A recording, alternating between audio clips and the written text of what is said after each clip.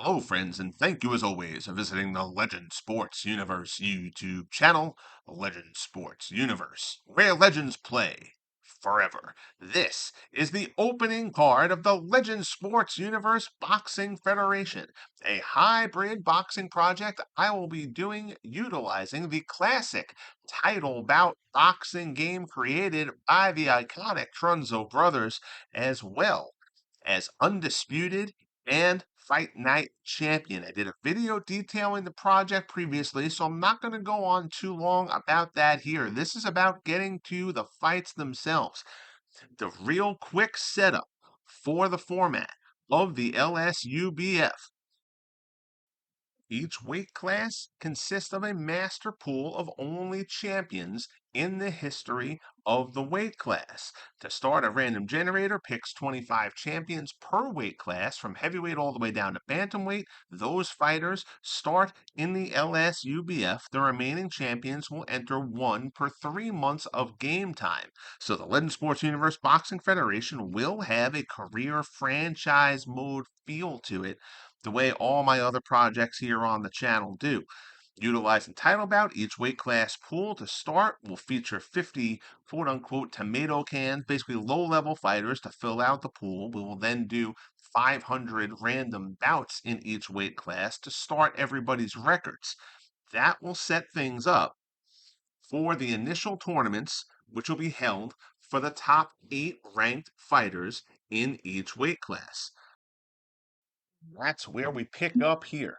We start with the tournaments. We're going to stream the fights. I will create all the fighters using rating systems I have developed to convert ratings and as well realistic real stats from CompuBox, etc., where available, and convert Title Bout and those stats into ratings for Fight Night Champion and Undisputed. Again, I've outlined my process for doing that previously. I won't bog this down with that. But we're going to have a 3-fight card. Each time I do it, it'll be a 3-fight card. We won't mix games into single cards. We'll do an Undisputed card and a Fight Night card.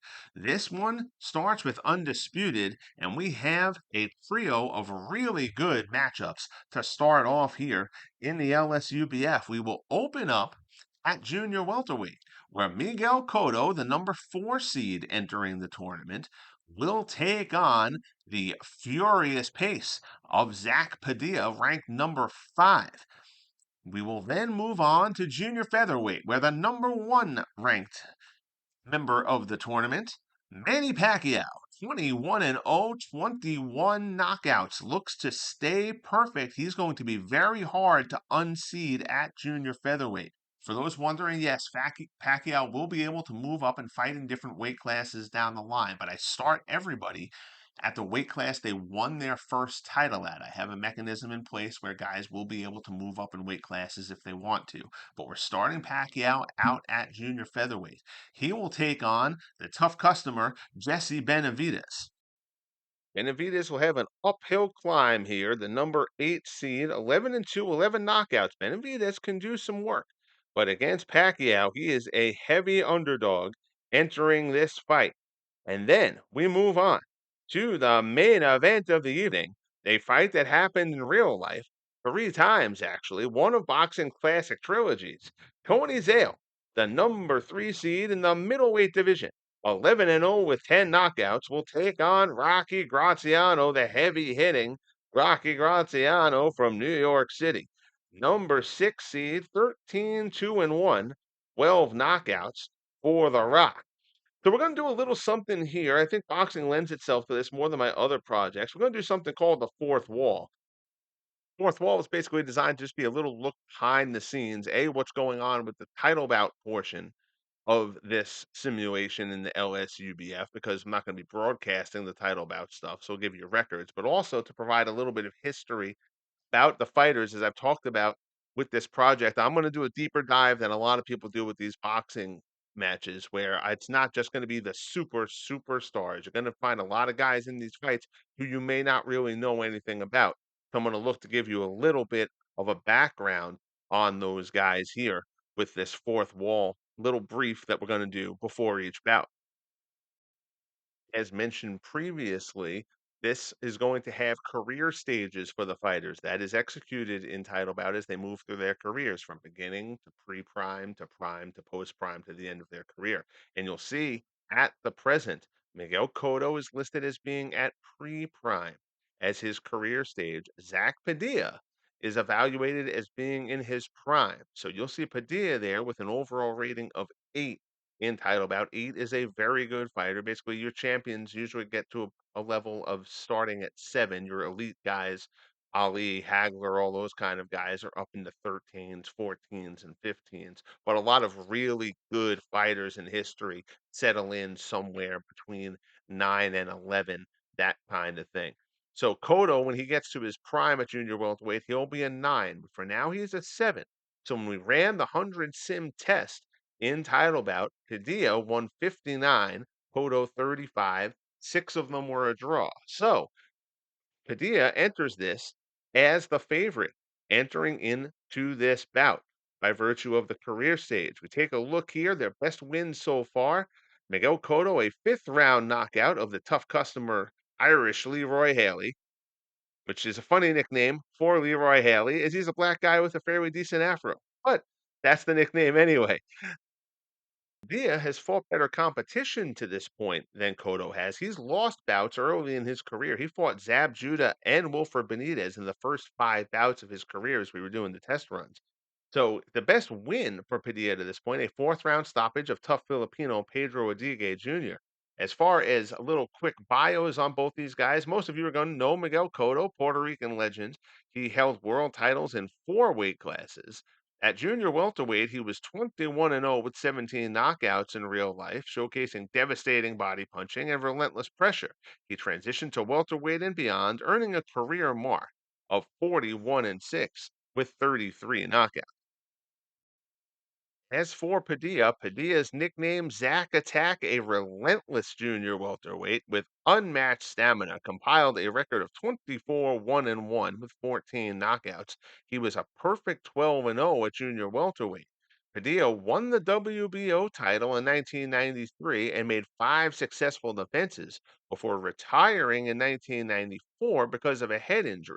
He had a subdural hematoma on his brain. That was the result of a fight with Ray Oliveira that he won. That fight is most notable because at the time, and it may very well still hold the mark, the uh, the Padilla Oliveira fight set the record for the most punches in a fight between 2 combatants. Those guys were both throwing over 100 punches around, just an absurd number of punches. You can find that fight on YouTube. Just an absolute war. So with the 4th wall done, it's time to get to the ring. LSUBF Junior Welterweight match. Cotto and Padilla.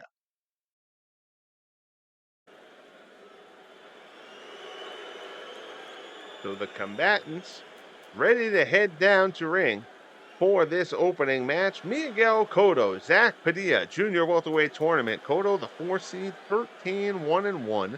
9 knockouts. Cotto has rattled off 9 straight victories, the last 5 by stoppage. His loss came in the 2nd fight of his career. He then had the majority draw in the 5th fight of his career. So Cotto has been on a nice run, or the 6th fight of his career, rather. So Cotto has been on a nice run. Zach Padilla has won 11 straight. Padilla 16-4, 14 knockouts. He faced a couple of tough customers very early in his career. Came out on the short end against Zab Judah in his 2nd fight. And then in his 5th fight, he was annihilated in 2 rounds by the number 1 seed, Wilfred Benitez. There you see Cotto making his way down to ringside. Cotto in the pink trunks with the white trim. Zach Padilla, the black trunks with the blue trim. There you see Padilla, 16-4, the 14 knockouts as we mentioned. But again, Padilla not really considered a heavy hitter. He wears you down with volume. That's what he's going to try to do to Cotto here. Cotto is going to try to slow Padilla down to a pace that Cotto wants to run. And in order to do that, Cotto is going to have to do some heavy body work, try to wear Padilla down. Padilla wants to try to take Cotto into the deep end of the pool in this one. Padilla is not going to tire. He is going to try to take this fight deep as far as he can and make Cotto try to keep up. Cotto has not gone that deep into the woods as of yet. So Zach Padilla, Miguel Cotto, introductions wrapping up. fighters will touch gloves after the seconds get out, and we will get ready. Open up the first match of the first broadcast of the new reborn Legend Sports Universe Boxing Federation. Appreciate you all joining. As always, you have the second now. Bang that like button, and most importantly, subscribe to keep up with the LSUBF. Go here in the opening round, the first fight broadcast of the Legend Sports Universe Boxing Federation. Cotto and Padilla meet out at center ring. Trade a pair of jabs. Cotto goes over the top with the right hand. Takes a good body shot in. Cotto's going to want to land many of those in this fight to try to slow Padilla down. Shane's there in the middle. None of those shots really landing, though. Good straight left jab there from Cotto. Cotto uppercut glancing blow. Padilla just kind of rolls with that. Cotto's been the busier one out of the gate. Good left hand there, though, from Padilla. They're staying at the center for the most part. Now they kind of slide over towards the ropes a little bit. Here in the opening minute, there has not been much of a feeling out process in this first round. It has now slowed a little bit, about a minute in. Circling. The left hand again from Padilla finds the mark. And Padilla's got a little bit more experience under his belt. Cotto is figured to be the better fighter at his peak. And experience doesn't do much there. Padilla goes down from a body shot under the ribcage from Cotto. And we have a knockdown here in round one. Padilla rises at 5. But Miguel Cotto, we talked about his body work having to be something he was going to rely on in this bout. It serves him well there. Less than midway through round one, he has put Zach Padilla down on the canvas. Cotto pursuing. Padilla comes back firing. Responding well after rising. But certainly a good start for Miguel Cotto here in round one. Good right hand there from Padilla. Cotto trying to go upstairs, downstairs on it. Uppercut there. Lands a bit. Not flush by any stretch. We enter the final minute of the opening round. Both fighters threw a ton of punches in the first 30 seconds. A little bit more methodical as the round has gone on. Still certainly a high output from these guys. It's hard to have a non-high output fight with Zach Padilla. A good right hand over the top there. That one landed a bit. The second one not as much. In exchange there, most of those hitting off the gloves. That was a good short left, though, from Cotto. Late in the round, puts another good cross there. Second one misses the mark. Final 20 seconds here of the opening round, but it's a good start for Miguel Cotto.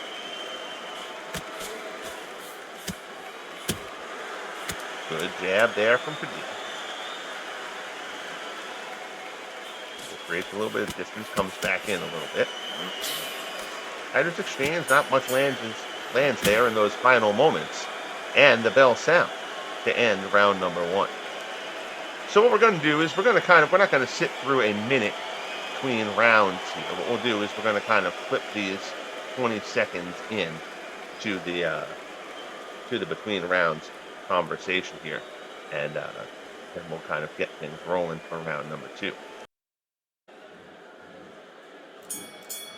Bell sounds to open up the second round. Fighters meet at ring center once again. Padilla throws the first shot, and he is met with a good stiff jab from Cotto. Cotto goes, tries to go body shot, pair of swinging uppercuts up high. None of those land. He has lost 4 bouts to this point. Again, he's got 5 more bouts on his ledger than Cotto. Experience may serve him a little bit. And of course, this is the opening class of the LSU. So everybody kind of started to spread.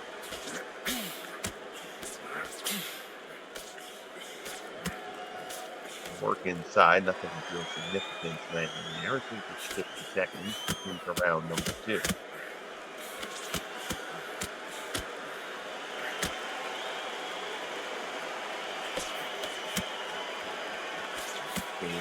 Waiting right hand, kind of with time to mark. Well, good right hand there from Padilla. The first one, man. Mark. Good left from Padilla. Padilla doing some better work here in this round. He seems to have recovered just fine from that knockdown in round 1. Moves a bit on the inside, bobbing and weaving. Lots of action from Padilla. He does not stay in one space for very long.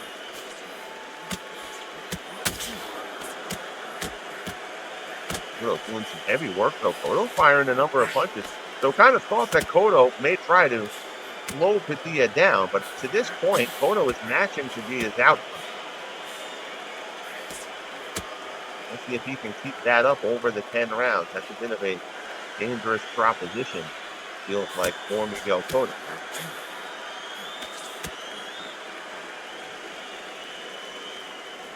A little bit slower pace here in round 2. Good right hand there again. Left hand follows up. Don't think that left caught Cotto flush. Still a good scoring shot from Padilla. Combination there again from Padilla. Tries to get a left hand follow up 3-punch combination there, but this is smart. He is at the top, but it's not that hot. 30 seconds left here in round number 2. Good left hand there from Padilla. You can see Cotto very committed to try to dig into the body on Padilla. Not much thought that Padilla is going to knock Cotto out. As we mentioned, Padilla is going to want to bring Cotto into the deep. Cotto wants to make it so Padilla doesn't want to go that far. Round 2 comes to a close, fairly even round. I would tend to give that one to Padilla. You can see a bit of blood from Miguel Cotto. A little bit of, again, fourth wall stuff. I kind of feel like they're a bit exaggerated on the blood here. Obviously, I mean, you know, you see Cotto. It's not really a significant cut. You can see the cut meter there between rounds. It's only on 1 bar, but Cotto, looks like he's been victimized in Friday the 13th movie. But hopefully that's one of those things they would revise. I know they do it for the arcade aspect of the game. I get it, but I wish they would be a little bit more subtle with the cuts. But it is what it is. We head to round 3 of this scheduled 10-rounder. Again, in these 8-man tournaments, this quarterfinal round, everything will be 10 rounds. Then in the semifinals, it'll be 12 rounds, and the championship fight will be 15 rounds.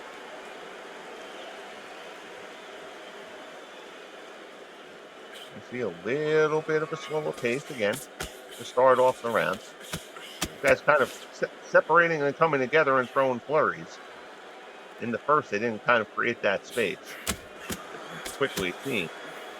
They take a little bit of time to regroup and then get back in and scrap away.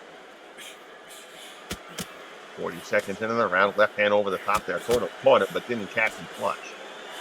Again, good combinations there from Cotto. He's giving as much as he's getting from Padilla as far as output goes. That's a good left uppercut there from Padilla. Finds one. That's a punch here in this opening minute. Good right hand there from Cotto.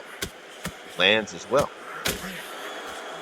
And Miguel Cotto very committed to the body. He's trying to get that short uppercut when he gets inside. Landed a couple to this point. See Padilla guarding the body. No surprise that Cotto's going to want to block. Padilla knew that would be a strategy going in. That was a good shot. Like it split the gloves right to the chest there from Padilla. Slowed Cotto down momentarily. And Cotto left right to the body. The right fell short, but the left got through. And using there from Cotto. These guys are kind of right there in front of each other. Nobody's having a hard time finding him. In this fight, good left there from Cotto. Coming up on a minute left in round number 3. Those things a big right hand.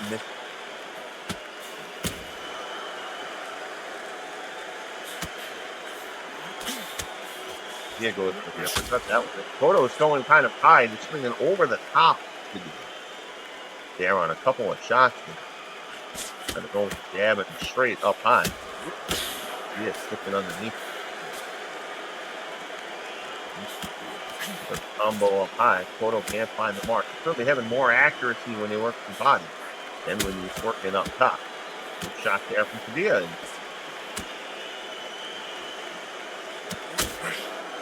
Good back end of that combo lands from Cotto, but another good uppercut from inside from Padilla. Final 10 seconds here of round number 3. Another 3-punch combination. All 3 of those at least landed to score.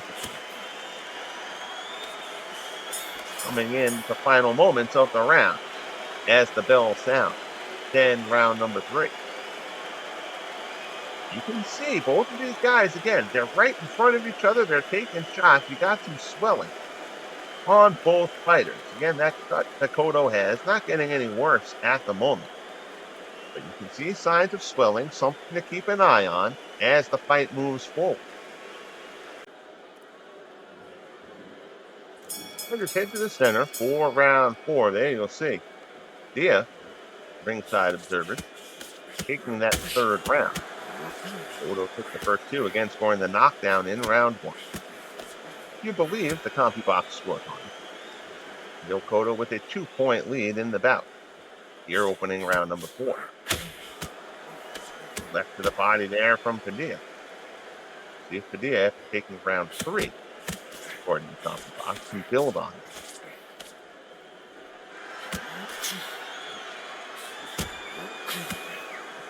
Short shot there from Cotto. Goes to the body as Padilla goes up top. Cotto ducks underneath, kicks one in the ribs, and a good jab there from Cotto finds the hole. Right hand over the top, scored, but didn't land flush.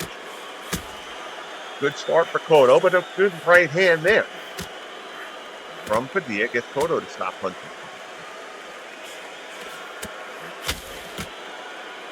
Body shot. Cotto kind of went to slip to the right and slid right into that left hand.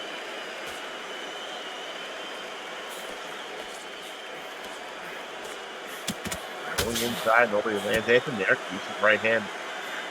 Punctuate that combination from Cotto, but a good left hand from Padilla. That's the best punch of the round to this point. And Cotto has stopped punching. That one rattled Cotto a bit.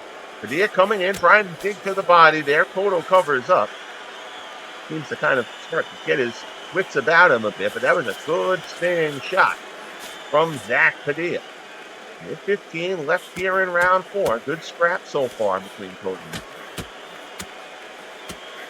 I think this one would be shy on action. And Cotto backed up. Padilla slowed Cotto down this round.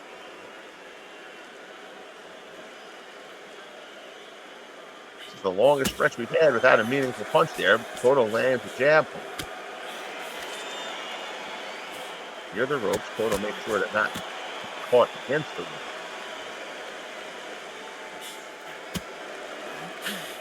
Him moves. Cotto having a hard time finding the mark in this round when he has to. Get some of those punches, but they're hitting gloves. Nothing significant. They're left there from the PX. Not heavy. In the final 20 seconds of this 4th round. They're fighting with a bit more confidence here in this. That was a good jab by Cotto. And lands another left finds a home. And the second one stronger than the first as we come to a close here in round 4. Never even round. That one the Padilla. He definitely stopped Cotto's progress midway through that round. Had the best shot of it.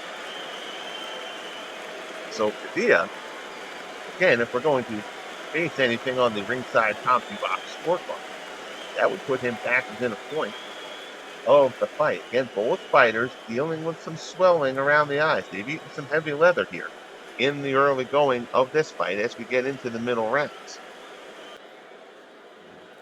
Round 5 opens up. Cotto and Padilla, good scrap for 4. Get out of the center ring. Padilla throws the first pair. That right hand found the mark. Cotto trying to get underneath the elbows there to the body of Padilla, who covers up well.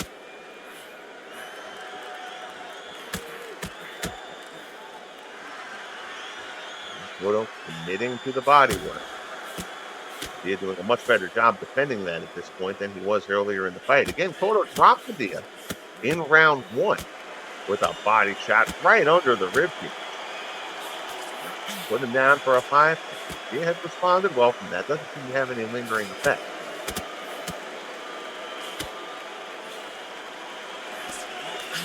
Fighters fighting busily. It's good. Uppercut there from Cotto. Padilla rolled with that one a little bit, kind of leaned back, didn't quite catch him right on the mark. A solid shot nonetheless from Cotto.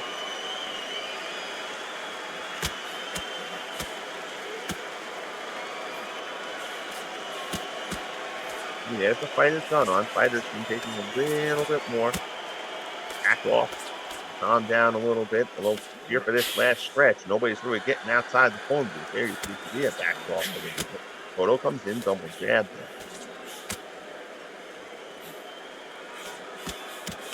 He'll try to get himself back off the ropes a little bit. That Cotto can't trap him.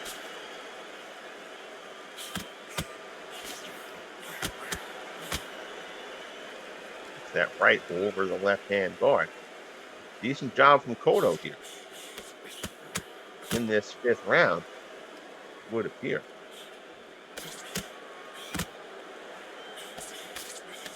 He gets a couple of short shots home. Others are blocked by the scoring shot, not out. That was a good jab there. Finds the mark from Padilla. And a pot shotting a little bit there. Slips another jab between the gloves. So as we get to the final 40 seconds of round number 5. No heavy artillery has scored so far. Good decent body shot there. First one of that 2-punch combo to the body to Cotto. Cotto tries to go to the body again.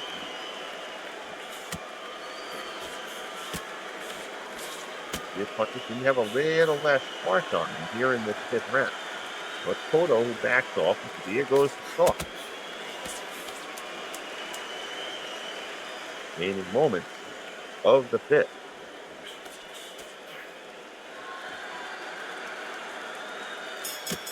And the bell will sound. It stands at the end. Padilla gets the better of that as the bell sounds. But I would think that's a crown for Cotto. Cotto certainly looked to be the better fighter in that round. More scoring blows. Certainly more powerful shots in a round that frankly did not have many of them. A lot of stuff missing. A lot of stuff hitting the gloves and elbows in that 5th round. Both fighters getting instructions from their corner. That swelling around the eye of Zach Padilla does seem to be getting a little bit worse. Again, we will keep an eye on that as this fight moves forward as we head for round number 6. Round 6, you can see that Padilla has also been cut around that left eye.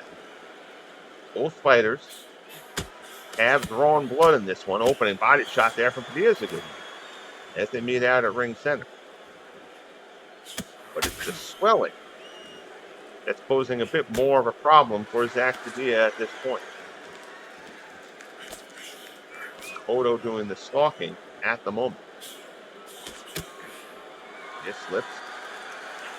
Ends up high.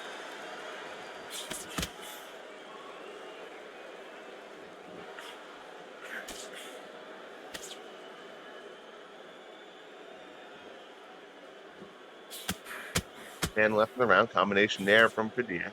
Middle 2 of that 4-punch combo find the mark. Good jab there from Cotto.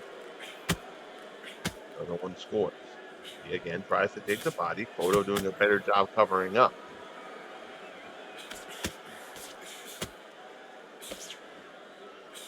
I'm still waiting to see if Cotto's defense evolve to where it will be at his peak. He's certainly still got some growth to do as a fighter. Cotto has the higher ceiling of these two fighters.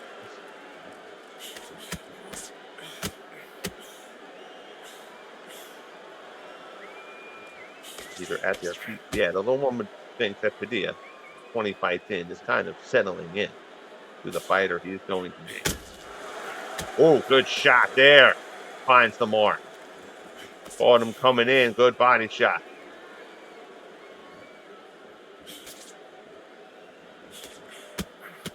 Not much in the way of follow-up.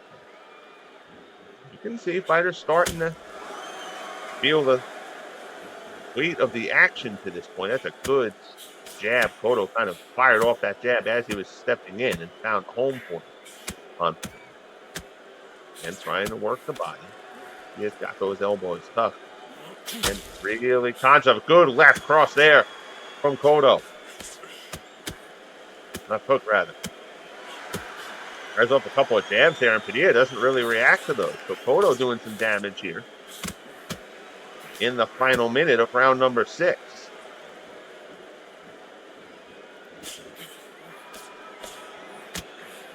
With some of Padilla's punches. You mentioned in the intro, Padilla came in as a slight favorite in this one.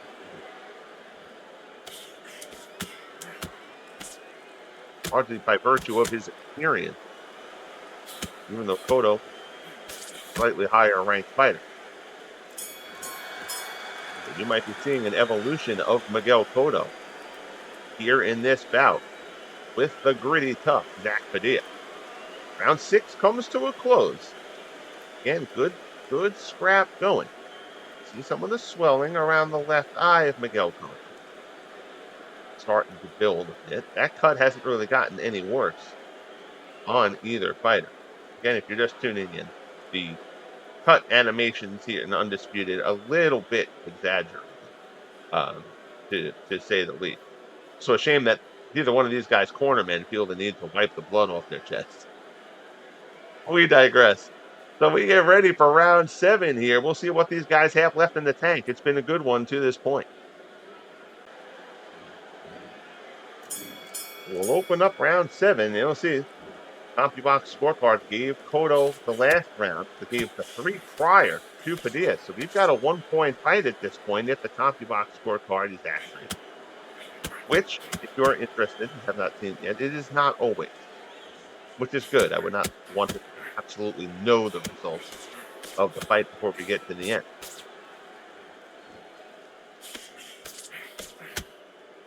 Both fighters swinging headshots there. Nothing of significant lands from either fighter. Good left there from Cotto. Lands and sticks another jab home. Getting into the phone booth here.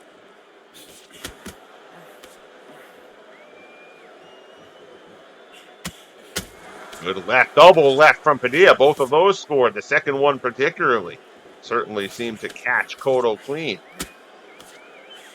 Good right hand there from Cotto. Finds more. Although Cotto threw a body shot there, but we've seen more head work here in the first half of round number 7 from both fighters. A lot missing or finding gloves. Right hand from Cotto did find the body. Good job by Padilla to get away from the follow. Flip to the left. Cotto has been able to keep pace with Padilla in this bout to this point. High and low from Cotto. Good left hand. That one rattled Padilla a bit. Cotto a little bit surprisingly not following up. It kind of looked like he was bracing for a counter coming that never came. Cotto, the best shot of this round. To this point, that left hook found Padilla again. They exchange inside. Cotto gets the better of that one. Padilla backs off a little. End up near the ropes. Good combination up top from Cotto. Strong 7th round here for Miguel Cotto.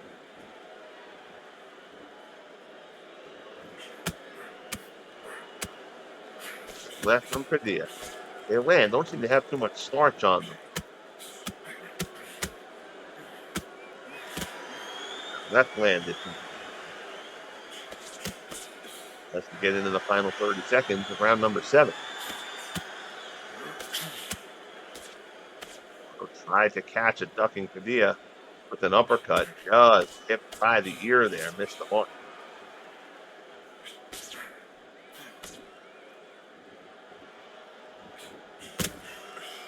Good jab there. Follows it up there. straight right hands fall short. Cotto tries to work the body again. Now it's Padilla trying to dig into the body. The fighters exchange at the bell. So again, it just kind of felt like Cotto landed the better shots of that round. Again, the CompuBox score, I mean, it gave Cotto the 6, but it had given Padilla 3 straight rounds for that. I'm not sure if I agree with that score. I've got Cotto up 3 at this point. Again, buoyed by that 10-8 round in the first when he put Padilla down. But a good straight going here. Again, neither cut has gotten any worse. Both fighters fighting swelling around both eyes. Left eye is more significant. These guys are taking some heavy, heavy fire. You're through 7. Sounds to open round number 8, Cotto and Padilla. First fight on our first broadcast of the London Sports Universe Boxing Federation. Again, we will broadcast every fight from all the weight classes, from heavyweight down to bantamweight in the 8-man tournaments. So we will do tournaments. That's obviously going to take some time to get through, and then after that, we'll be on a fairly regular schedule as far as we will broadcast any title fight, obviously, and any fight between 2 top 10 contenders. We will broadcast on the channel. That is the plan as of now. But for sure, we're going to do all the tournament bouts. The tournaments will be fun. And again, I will be posting on my Facebook page and on the Sports Simulations and Replays and in the Title Bout group on Facebook. Weight class, the full 25-man initial pools for each weight class, and the tournament brackets for each of these streams for the 3 weight classes involved in each card. Again, each card will be 3 bouts. Keep them at a decent length, even if they go the distance. We have elected for now to do full 3-minute rounds. I feel like it gives a better pacing instead of it just kind of being a all-out slugfest with no breaks, as the 2-minute rounds tend to be a bit. We'll see. That is subject to change down the line. For now, I'm okay with it. The advantage of boxing matches being quick. I like the feel of a 3-minute. You can do an accelerated clock like you can do in Madden. But for now, at least, I want to try to start this off and see if the 3-minute, going the real-time 3-minute rounds works out okay.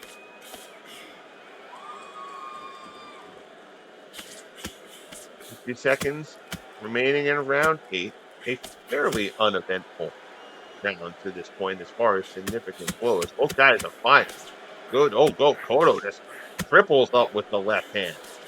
Padilla lands a decent right over the left from Cotto. We're trying to dig at the body there. Moderate success. Coming up on the final 20 seconds of round 8. You can certainly see a little bit of the starch has left the shot from both fighters. They are still throwing with everything that they've got. Right hand there, Cotto is backing away.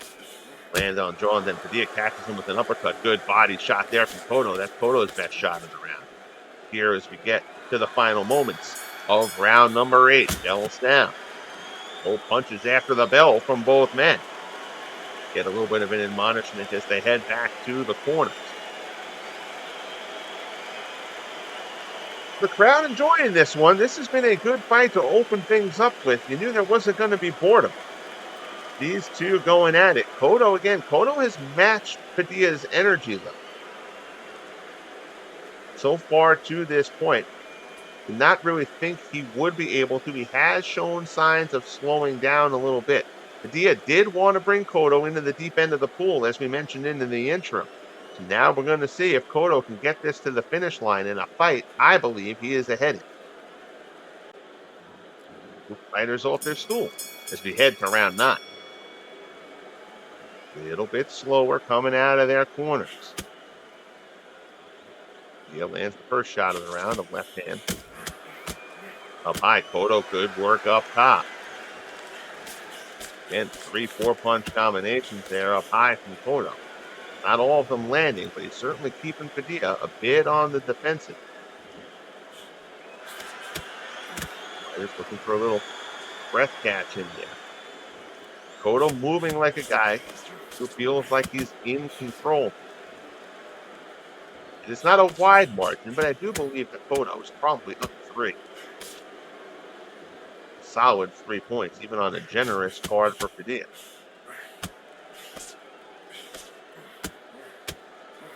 Combination there up top. Cotto not guarding well there. That was 3 punches from Padilla. They landed. They didn't have a ton of force to them. Good right hand there from Cotto finds it. Easy to say from the booth. Well, not a booth in boxing. From ringside. That a shot doesn't have a lot of starch in it. Good uppercut from Cotto. One snaps Padilla's head back. Cotto fires off several straight rights there. Padilla gets out of dodge. Uppercut finds the mark again from Cotto. Might start seeing the referee take some look here at Zach Padilla. That swelling has gotten worse. He is continuing to eat some hard shots from Miguel Cotto here in round 9. Perhaps Padilla's only saving grace. Cotto taking a few breaks, perhaps firing a bit. Also, simply not wanting to take any chances in the fight he believes he's ahead.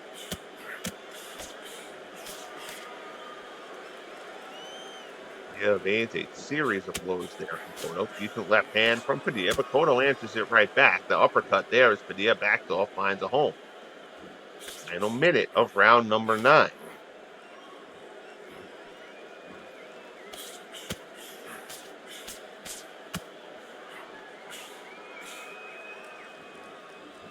Cotto eases away. Right hand from Padilla scores. That one is blocked. As he goes for the cross there, we get to the final 20 seconds of the night. Padilla against the ropes, feels his back touch the ropes, turns to the side a little bit. Again, a few lefts there, and Cotto kind of kept on guarding against a right hand that never came. But he does land a shot, and now the referee is stopping the fight to take a look at Zach Padilla.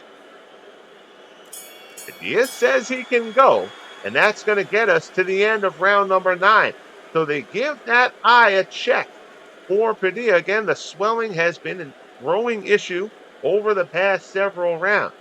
Padilla says he's good to go. He says he can see. The ref letting him continue. As we'll head to round number 10, but gotta believe that Zach Padilla is on a short leash here as we enter the final round of the fight. Here we go, round 10, Cotto and Padilla. CompuBox scorecard has Cotto up a pair, including taking the last 2 rounds. That said that Padilla had actually gotten the fight even through 7. And I have Cotto up 3. Oh, and a big left hand from Padilla over the top. You've seen in the past few rounds, Padilla has been able to land that. Cotto's been on guard for a right, and the left lands, and this time it puts Cotto down to the canvas. He is up at 5, but Zach Padilla may have just changed the complexion of this fight here in round 10, 40 seconds in, 2:20 left. Padilla lands a body shot as the fighters meet at ring center. Cotto fires off a couple shots to try to indicate he's not hurt. Not sure we believe it. Coming up on 2 minutes left. That left hand over the top lands from Padilla again. Cotto backs Padilla up, fires off a combo there, lands a little short left. Padilla now trying to follow up.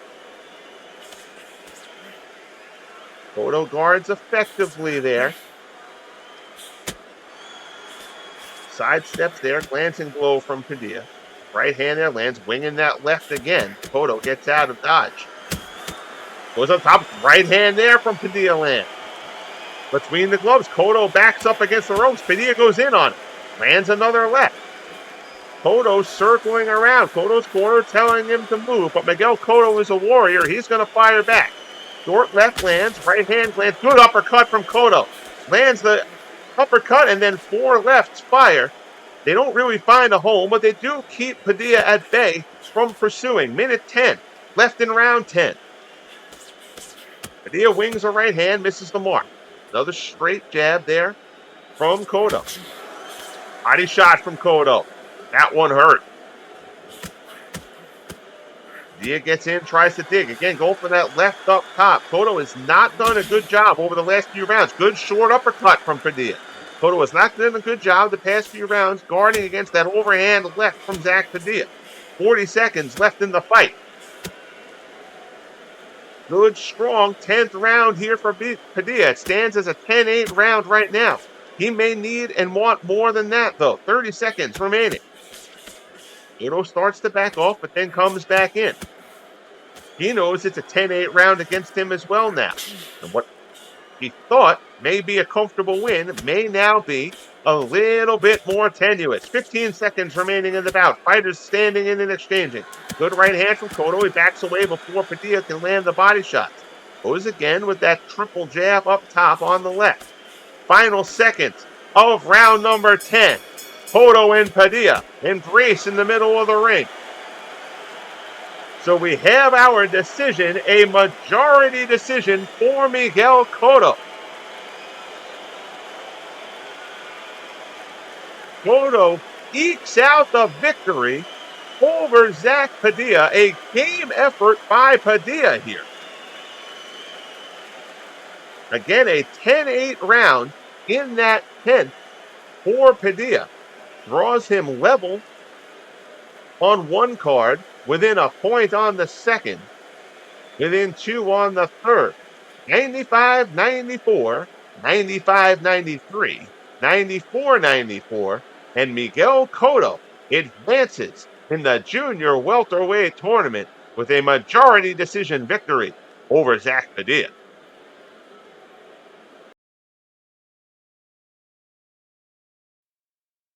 With that, we will prepare to head up to ringside for the second bout on our card. It'll be a junior featherweight matchup as the number 1 seed, Manny Pacquiao, a perfect 21-0 with 21 knockouts, takes on the 8th seeded Jesse Benavides. Benavides 11-2, 11 knockouts, all the wins by knockout there. Manny with an inch advantage in height. Benavides a 2-pound weight advantage as well as a 2-inch reach advantage, 69-67. So we go behind the LSUBF fourth wall for the second bout on the card. Manny Pacquiao, Jesse Benavides both enter the fight at pre-prime according to their title bout stages, but that is a significant gap. Even so, Manny Pacquiao a 9, a very solid title bout rating. Jesse Benavides only a 3 at this stage in his career. He would end up as a 7. Pacquiao will end up as an 11 in his prime. But the 100 sim test, 93 wins for Manny Pacquiao. He is an overwhelming favorite here entering this bout tonight. As this second bout on our card, if we take a look so far for both these fighters in their careers, best wins that they've had to date, we started off with Manny Pacquiao. Manny's best win, an 8th round TKO of the talented Sergio Palma.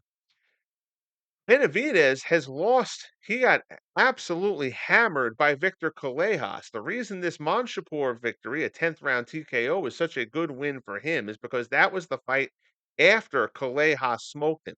So a good bounce back win there for Jesse Benavides. As though Manny Pacquiao needs any introduction, an 8 division world champion, one of the sport's greats at junior featherweight. He held the WBC title, compiling a record of 16-1-2 with 12 knockouts. His speed, his power, his relentless aggression, Pacquiao's legendary career spanned over 2 decades, earning him global acclaim and icon status in the sport. As for Benavides, the skilled southpaw held the WBO super bantamweight slash junior featherweight title from 1991 to 1992.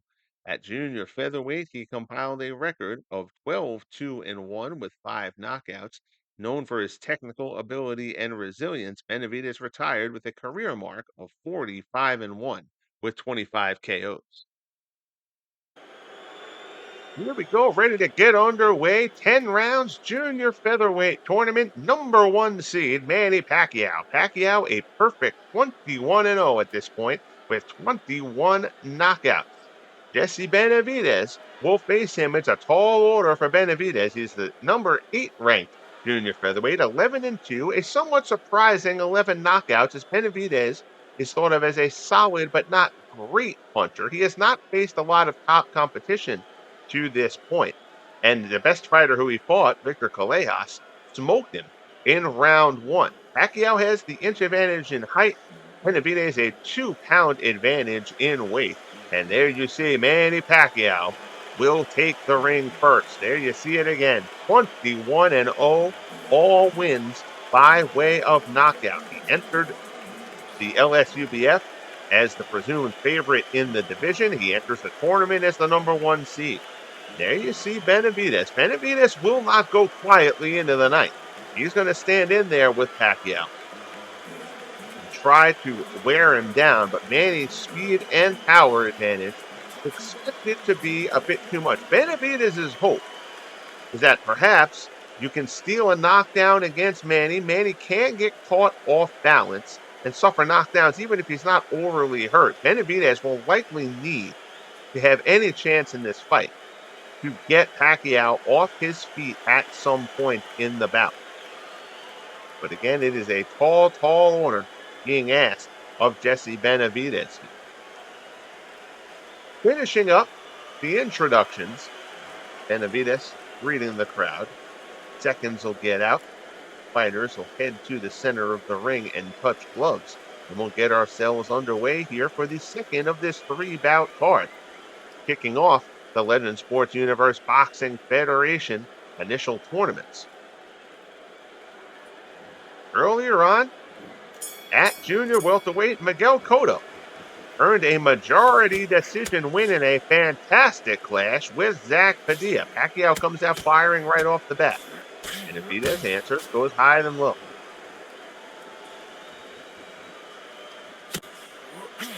Pacquiao sticks a jab. Benavides trying to work the body early, clearly. Again, 4 or 5 punches from Pacquiao. None of those really finding the mark here in the early going.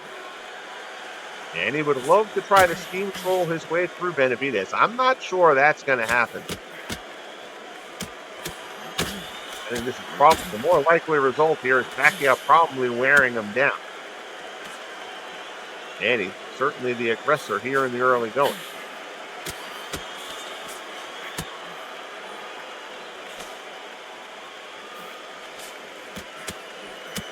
And the ref from Benavides comes in short. He also just does not have the speed to match him.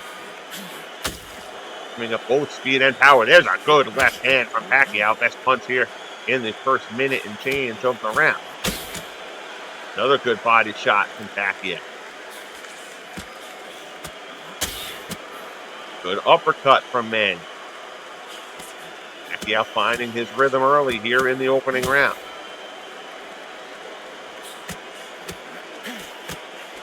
But excited to see Pacquiao. They know always delivers an exciting performance. Look at this. Puts one into the body there. Really what the guy is. He tries to do his own body work. Benavides covers, gets off a couple of left. There at southpaw is playing.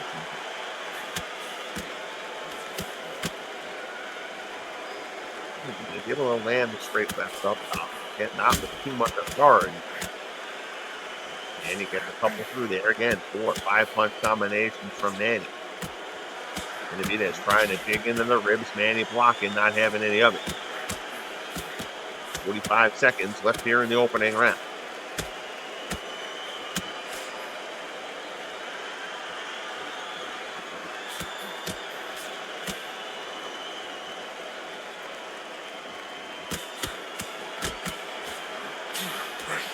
Inside, most of those punches from both guys hit Manny again. Fire more than good combination. Hits the body again to punctuate that one. Benavides is going to have to protect the body a bit better than he has here in this opening round.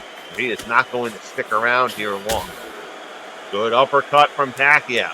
So a very strong opening round from Manny Pacquiao here against Jesse Benavides as we come to the end of round number 1. Fighters to their corners. Pacquiao's corner, simple advice. Just keep doing what you're doing. Over in the corner of Jesse Benavides, the message probably a little bit different. How to protect the body, but also going to have to keep aware. Manny's going to try to work the body to set up the big power shots up top. Fighters on their feet, ready for round number 2. At ring center, and again, Manny goes to open up, going to the body. Benavides backs away. Benavides tries to create a little bit more space. And Manny goes to the body, left hand up top. Lands from Benavides. And he tries to fire the jabs home, and now fires another one off to the body.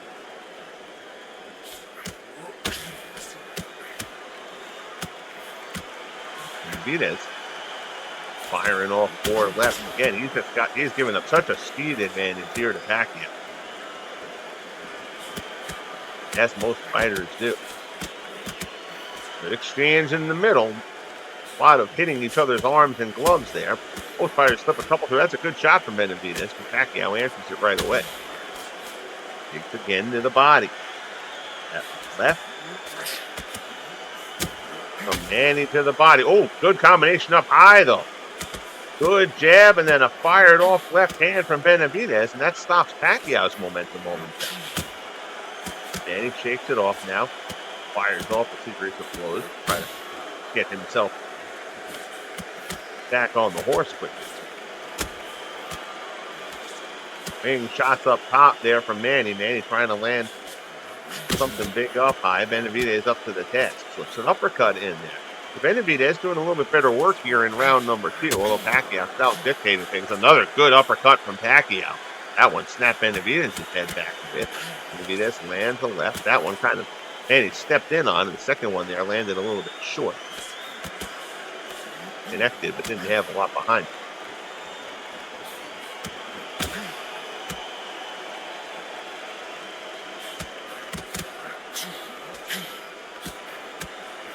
Work from Manny. Benavides guards much more effectively than he did in the opening round.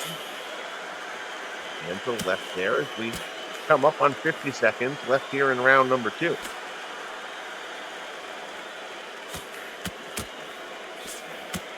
He starts it off up high, then goes to the body, then goes back up high. But Benavides follows that up with a left of his own that finds a hole. Much better defensive round for Jesse Benavides.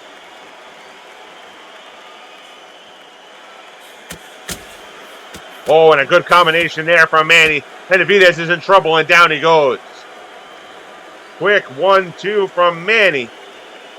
And Benavides takes a knee. Count is at 5. The bell will sound to end the round. Jesse Benavides is back up on his feet. But in what was overall a solid round for Benavides. He ends up tasting the canvas to finish off round 2 as Manny Pacquiao puts him down for the first time in the fight. You very easily could have given that round to Jesse Benavides before that knockdown occurred. But instead, it'll go as a 10-8 round for Pacquiao as we get ready to start round number 3. Now we'll see what Benavides has left. Pacquiao tries to circle around. We'll see if Benavides shakes off that knockdown. Well, Manny got him there again. Benavides backs off. Pacquiao goes in. Although Pacquiao ends up getting turned against the ropes. Benavides digs a shot into the body there. Good job by Benavides to get himself off the ropes quickly there. He got backed up. Pacquiao came in to close on him. Benavides was able to circle around.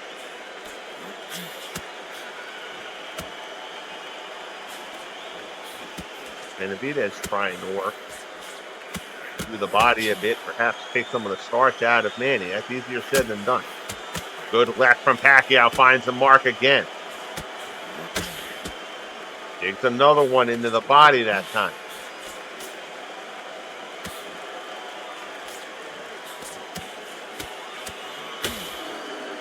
inside. 2 minutes left here in round 3. Benavides going for uppercuts there. Manny's able to turn them aside. And an uppercut there from Benavides, and down goes Pacquiao. Manny walks right into an uppercut from Jesse Benavides, and Pacquiao is down here in round 3. We talked in the intro that you can't put Manny down, even if he's not hurt.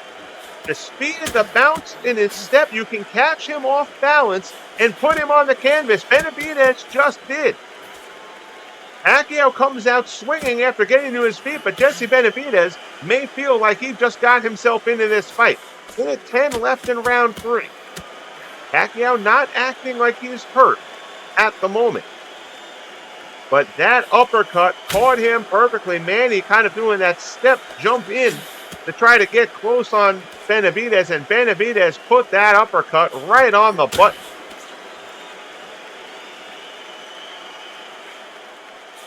Manny has backed off a bit here. Certainly not covering up by any means, but he's exhibiting a bit of caution here, proceeding in this 3rd round. Overhand left from Benavides. Can't find the hole. So Jesse Benavides, who tasted the canvas in round 2, puts Manny Pacquiao down here in the 3rd. Again, we mentioned Benavides. I think Benavides was winning round 2 before Pacquiao scored the knockdown late. First round was all Manny. Benavides started doing some good work in the 2nd. Manny digs that one into the ribs there, and that one you can see. Visible wince there from Benavides as round 3 comes to a close, but that's a 10-8 for Benavides, which will offset the 2nd round. So we should, I would assume, have this back at a 1-point fight in favor of Manny Pacquiao. Benavides' corner. Very excited about that result. Pacquiao's corner telling him you're still in control here. Just fight your fight. Manny seems like he's okay in the corner. You see the CompuBox ringside scorecard. Manny with a point lead after 3. If that is to be trusted.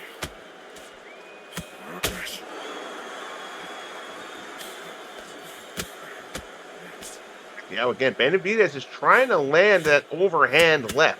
He has not been able to find a home with it yet. And of course, as we say that, he does there, but then he eats a straight left from Manny.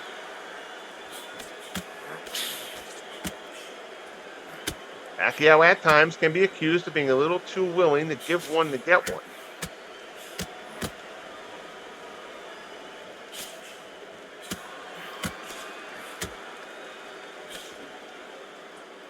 Benavides certainly fighting with a lot more confidence right now after scoring that 3rd round knockdown. Now backs up a little bit. He's finding it a little bit harder to penetrate against Benavides. Still fires off 3, 4, 5 shot combinations there. Again, most of those being blocked, but he's just trying to keep Benavides uncomfortable. Good short little left there from Manny, finds a home. Benavides got one through there as well.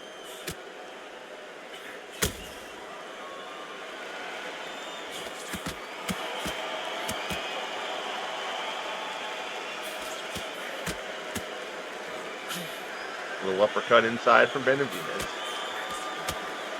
Tries that punch again. That one doesn't reach.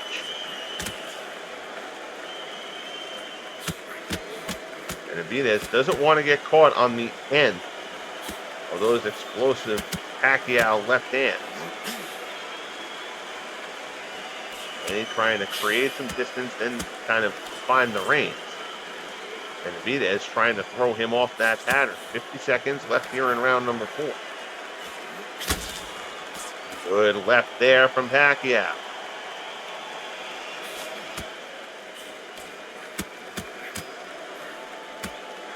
Up and down there, Benavides blocks effectively, then tries to fire punches of his own. Manny gets away. First shot up high there from Benavides. Looked like that one landed.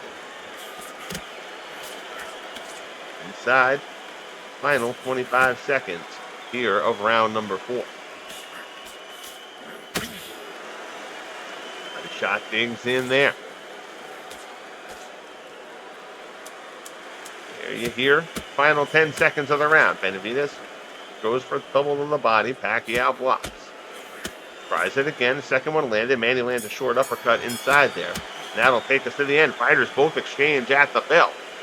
That'll take us to the end of round number 4. And you can see the right eye of Jesse Benavides starting to show some wear and tear.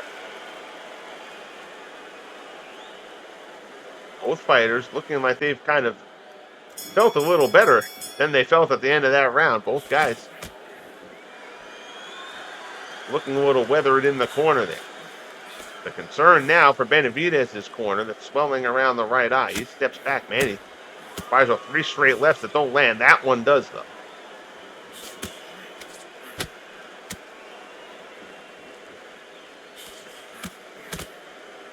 Uppercut inside from Pacquiao, but it's not much impact.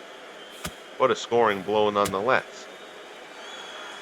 Benavides firing shots. Pacquiao well out of range. Again, Benavides certainly giving up a significant speed advantage here to Manny.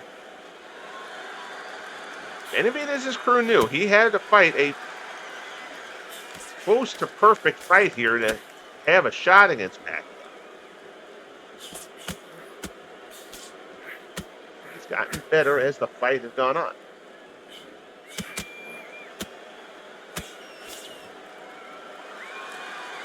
Manny finds him home and backs off.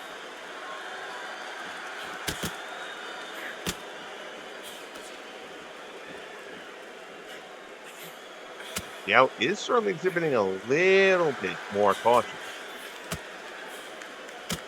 as the fight has gone on. He knows he's in one.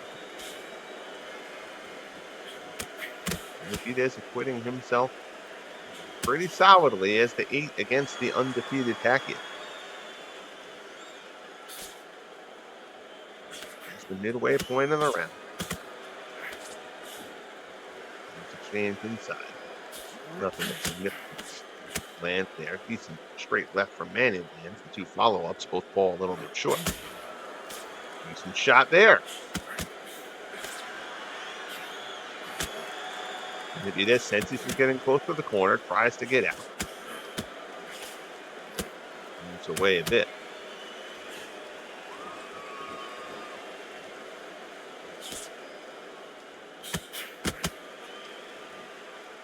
Benavides landed a jab there, went for a second shot, and got caught in between a short little shot from Manny.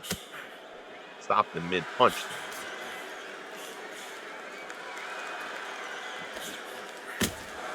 Good left there. That's a good straight left hand from Pacquiao. Swelling around that right eye of Jesse Benavides. Looking a bit like a target, one would have to think, for Manny. Final 10 seconds here of round number 5. He just tries to go downstairs. Manny's not having any of it. Fighters exchange fairly soft punches as the round comes to a close. So we finish up the 5th. We'll see. Manny had to be cut at some point. Again, just the blood graphic. Blood just sitting on the guy's chest with him not doing anything. It doesn't really affect gameplay. It's just got a weird vision. Good straight left there from Benavides. Found the mark with that one. So he's gone up high for those left hooks that haven't found much space, but that straight left did. Benavides comes out to open up round 6 here.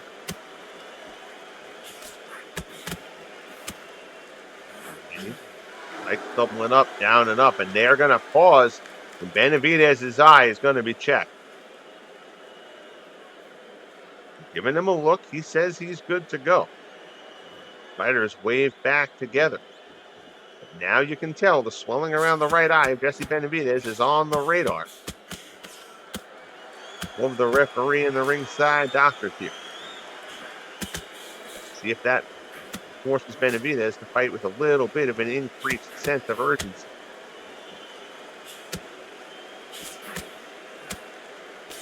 Either that, or to go into a shell defensively, trying to minimize getting hit. Pacquiao scrapes him with another left there.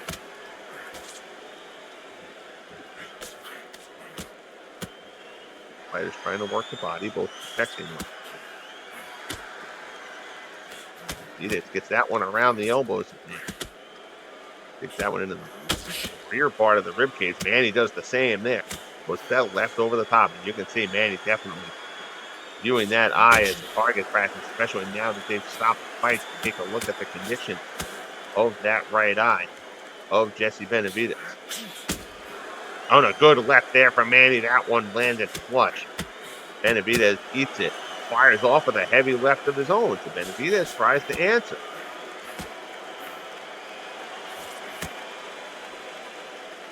Regardless of how this fight goes, Jesse Benavides is acquitting himself well here.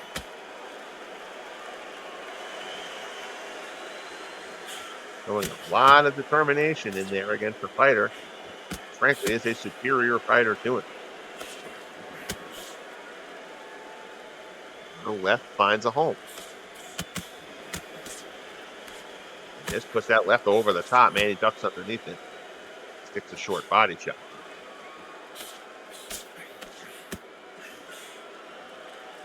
A little uppercut. Flips through Manny's glove.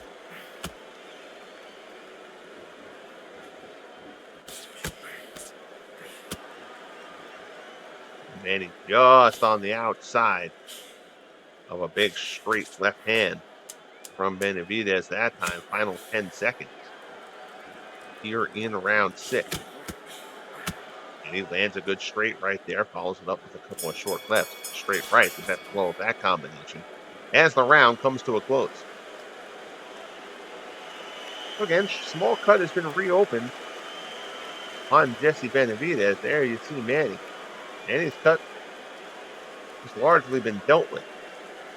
But as far as the blemishes go, significance at this point, that right eye of Jesse Benavides is a mess. He is eating lefts from Pacquiao throughout the fight. There you see Manny has taken control of this one according to the CompuBox scorecard at ringside. 58-54. And that is not an official judge. It is just our friends at CompuBox evaluating the fight to this point. Now, gets a jab home.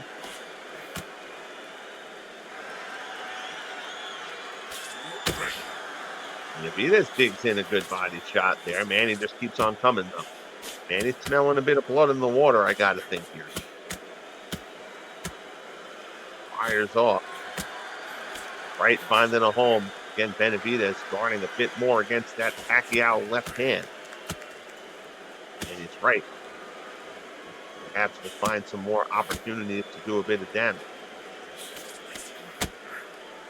There's a body shot in there against Benavides. Benavides, straight right hand, falls a little bit short of the mark. And he digs a body shot in.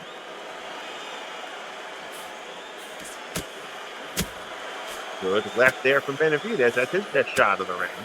That one found the mark. Slows Manny down momentarily. And Manny starts digging into that ribcage. You can see what Pacquiao's trying to do there. Dig into the ribcage on that left-hand side. Get Benavides to drop his guard down to protect the body a bit and open up top where that swollen right eye is an inviting target. Minute 15 left here in round 7. And he's throwing punches and bunches in this point, trying to get a little bit of a second win to himself. He is in control of this fight at the moment. Benavides doing everything he can to hang in there. Pacquiao's different level starting to become clearer as this fight goes on.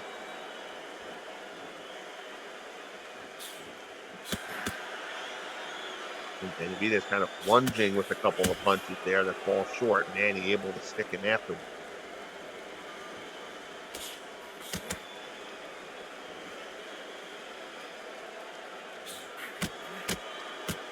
and he's not quite going in for the kill. Just content to just land his shots steadily throughout. Where Benavides now. I'm sure there's a part of Manny that would love to keep that knockout streak going. Again, he's a perfect 21 for 21. Every win has ended in a stoppage to this point. Benavides, however, is going to try to end that run and perhaps do more. Benavides up against it right now. And that right eye has already been checked. He was allowed to keep going. But Benavides, you get the feeling the minute that Jesse Benavides shows that perhaps he is not in this fight anymore, this thing might get called. So Benavides has to be smart here. Caught in that kind of in-between spot where he's fighting from behind. He's also at the risk of a stoppage. And Pacquiao, 1, 2, 3 left. 2 of those were blocked. 1, it seemed like, got through. Benavides down and up on the left side of Pacquiao.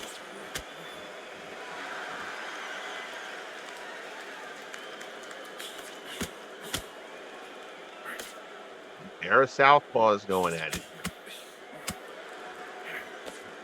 A couple more left from Pacquiao. Those weren't overly powerful, but every shot that lands to that side, Benavides' face, being looked at with intense scrutiny at this point. Pacquiao goes to the body there, tries again. Big something home. Fighters exchange uppercuts inside. I think Manny got the better of that one. Benavides tries to get an uppercut home and fails. Swinging left, misses the mark. Right hand barely glances. There's that big overhand left. Benavides has not been able to find the mark with that one. When he dropped Pacquiao back in the third, that was an uppercut inside. Manny stepped right into it, and Benavides landed it perfectly. He's kind of winging big power shots. Those have been over the top lefts, and he has not been able to find the home with that punch in this fight. Good combination there. 2 of those 3 landed. That last left that landed inside of Manny's head seemed to have a little bit of starch on it. Jesse Benavides is going to draw some fans at this fight. He is giving in a good effort here against the top fighter in the junior featherweight division. Final minute here of round 8.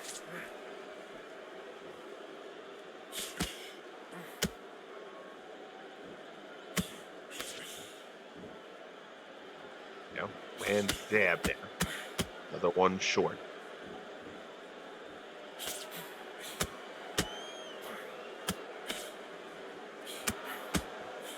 You can see, though, some of the starch has left the punches of Jesse Benavides. Manny is in control here. Somewhat casually at this point. A little bit surprised that Manny's, again, not going in for a little bit more of the finish. You get to the final 10 seconds. That's a good shot from Benavides. That one stops Pacquiao's advancement for the moment. Manny will go to the corner at the end of round 8 with another round in his pocket.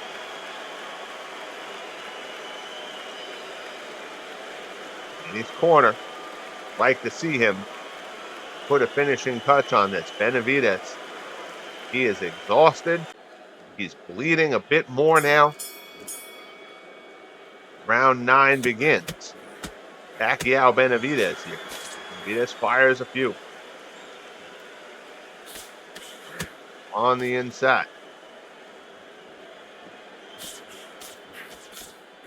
Anytime there is an exchange, Pacquiao is beating Benavides to the punch.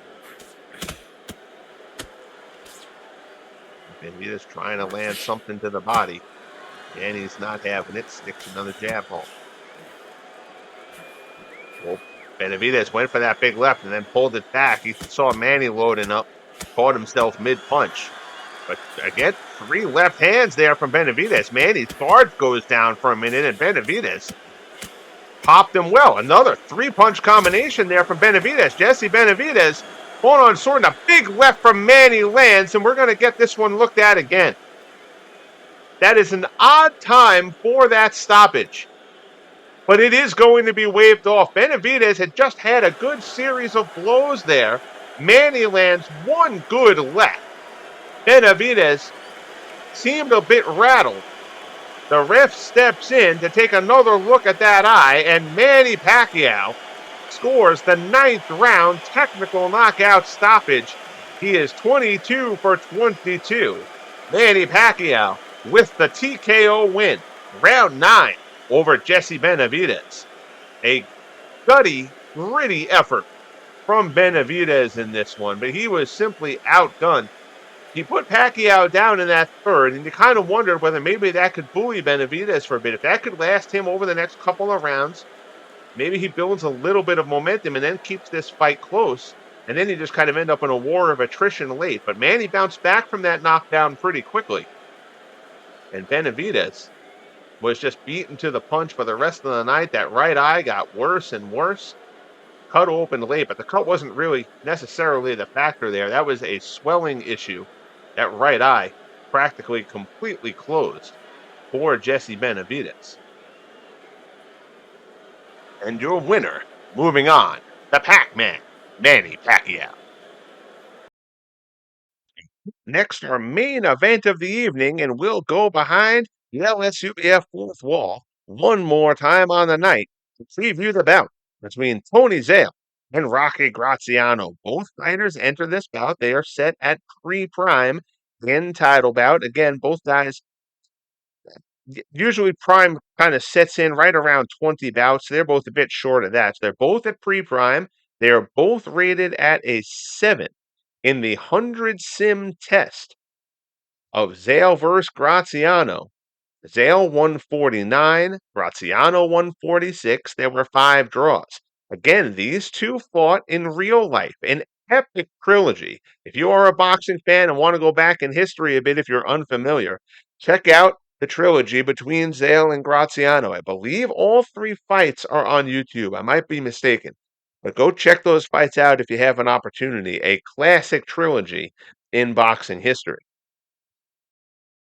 With that 100-fight test result, we're going to classify this bout as even odds heading into the contest. So far in the LSUBF, the best result so far for both these guys. It says best win, but we'll get to why I'm saying best result there in a moment. For Tony Zale, a 7th round knockout of Olympian Frank Tate, best mark on his record to this point. For Graziano, his best result is actually a draw against Carlos Monzon. Monzon figured to be among the class of this division, be Monzon, Hagler, Golovkin. Those are kind of considered the big 3 in this division at this point. Zale a tick behind. And though I realize, as we mentioned previously, Quincy Taylor is the number 1 seed entering the tournament at middleweight. He is unbeaten so far, but he hasn't really beaten anybody of significance. I don't think there's anybody who thinks that Quincy Taylor is going to be better in the long run than Monzon, Hagler, or Golovkin. But as we get to the bio briefs for these two fighters, we start off with Tony Zale, the man of steel, a 2-time world middleweight champion, known for his resilience and devastating body punches. Competing exclusively at middleweight in his career, Zale compiled a record of 67, 18, and 2 with 45 knockouts. His legendary trilogy, as we mentioned, in real life with Graziano epitomized his toughness, securing his legacy as one of boxing's greatest middleweights. Rocky Graziano, the fan favorite brawler, he was middleweight champ from 1947 into 1948. Known for relentless aggression and massive punching power, he compiled a record of 67, 10, and 6 with 52 knockouts. Almost all of that was at middleweight as well. His trilogy with Zale again cemented his legacy as well as one of boxing's most exciting and durable fighters. So with that out of the way, we head up to ringside for the main event. Tony Zale, Rocky Graziano. Fighters ready to make their way to ringside. Tony Zale ranked 3rd. Rocky Graziano ranked 6th. Zale 11-0 with 10 knockouts. Rock 2-1 with 12 knockouts. Half-inch height advantage for Zale. They both come in weighing 159. Half-inch reach advantage for Zale as well. These two fighters are not going to be hard to find. Let's put it that way. They will be right in front of each other for this bout. This is going to be a war for however long it lasts. Zale and Graziano earning main event status, and that is well deserved. There you see Tony Zale. He'll come down to the ring first. Again, 11-0, 10 knockouts. Zale from Gary, Indiana, just a technical slugger, probably the best way to describe Zale. A vicious body puncher. That is Zale's strength. Graziano is going to be right there in front of him, which makes this a bit of a problem for Graziano. He's going to get hit. Graziano will usually get hit, and Zale, kind of his style feeds into Zale. What Graziano has going for him is raw power. Graziano hits with thunder, and he's going to rely on that to take Zale out here. The ring introductions wrapping up. There you see Zale. Zale in the black trunks with the white trim. Graziano white trunks with the black trim. Nothing really fancy about these guys in their dress, in their style of fighting. It is just good, exciting, raw fighting. And we're going to enjoy that one. Zale and Graziano introductions wrapping up. We'll get the seconds out of the way. Fighters will make their way to center ring to touch gloves. And we will get ready for what should be a fun cap to this first tournament card here for the Legend Sports Universe Boxing Federation. Again, greatly appreciate you tuning in for this. I've been looking forward to doing this for a while and glad to have been able to bring it to life. Bang that like button if you haven't as of yet, and hopefully can convince you to subscribe if you have not as of yet as well. Blows right away. Both guys land shots up high, and away we go. Right in the center of the ring. Zale and Graziano not waiting. Both guys unload. Zale tries to get one to the body there, lands an uppercut on the inside, finds its way through to Graziano. Now Zale pops off a jab. Another jab, hook there from Zale, bobbing and weaving a little bit, trying to give Graziano a tough target to hit.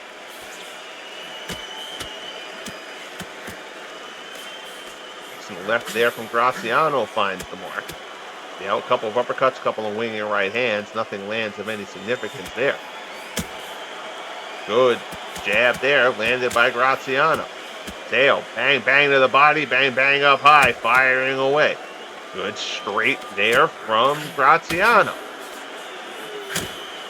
You can hear the sound those body shots from Zale make, though. Graziano is going to have to defend himself a bit in this one. It is, again, we don't think that this one is going to go the distance with these two. Good uppercut there from Zale, splits the gloves, finds the mark. Graziano circles around to try to come up with a new approach. He steps in and Zale rips him one again. Midway through the opening round. So far, Tony Zale has looked the better.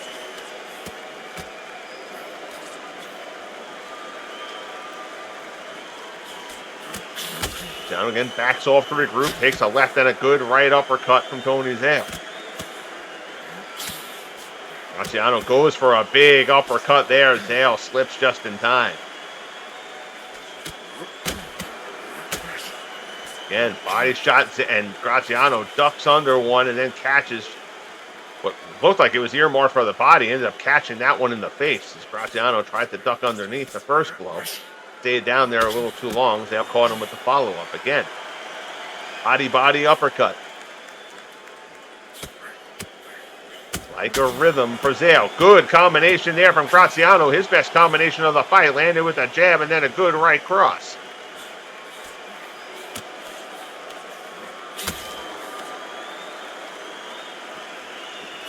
There's create a little space for only a moment, and they're back fighting in the phone booth once again as we get to the final 20 seconds here of round number one.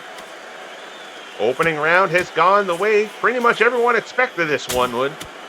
Good uppercut from Graziano. Zale has had the better round, but that was the best punch of the round. Good right hand from Zale, finds the mark in the follow-up to it, but that shot from Graziano was the best single shot of this opening round. We'll make reference to how the judges are going to score things, but again, I don't think there is anybody in this building or watching at home who thinks that this fight between these two is going to go the distance. Graziano's corner. Trying to tell him he does have to focus a little bit on defense. Neither of these fighters is a great defensive fighter, though Zale is the stronger one in that regard, just a bit more technical. Then Graziano, good uppercut from Zale, finds the mark. Graziano backs up. You can see, though, Zale rattled him with that uppercut, but Zale is cautious about going in there at that point and getting suckered in. He knows the damage that Graziano can bring with that power. Lots of punches there, nothing landing from either fighter in that exchange. Oh, Graziano goes for an uppercut, misses, and bang, body shot uppercut from Zale. That punch almost goes behind Graziano. That's two there. Hitting him in the back won't likely get the same attention. Those punches were up high and went to the back of Graziano's head. Zale might have gotten himself penalized.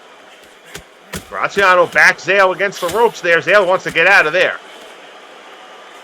Graziano lands a couple shots. Zale lands a couple to be able to spin himself away from the ropes. Get back out in the center ring.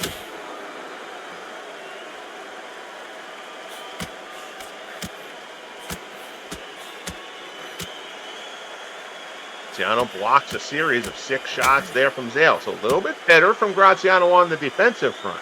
But Zale just continues to fire away. Flips the uppercut through. Graziano, a glancing blow with the jab as we're past the midway point here of round number 2. Good right hand there from Zale, found the mark. Now he goes back to working the body again.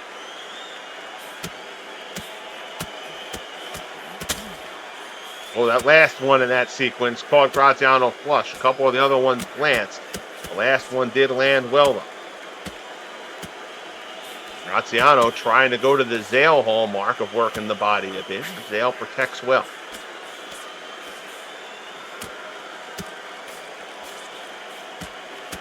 Now tries to pop off the jab.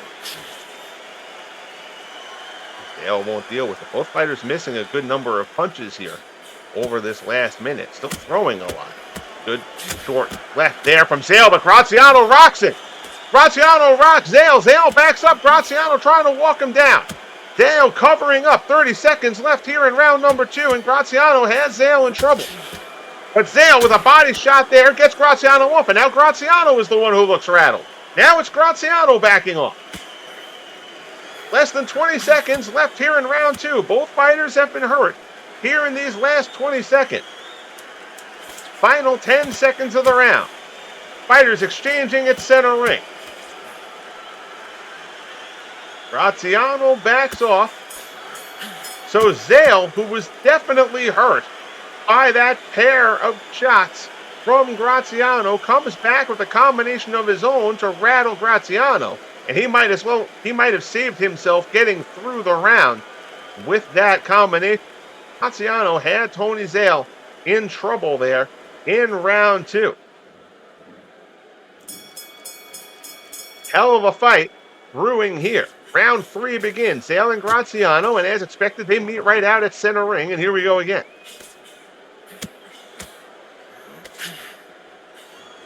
Hard to imagine this bout going the distance. Graziano fires a couple of show-me jabs there. Zale nowhere near him. Graziano misses with a big overhand right. Trying to bob and weave a bit. Does a good job protecting the body. A little short left finds a hole. Body shot there from Zale.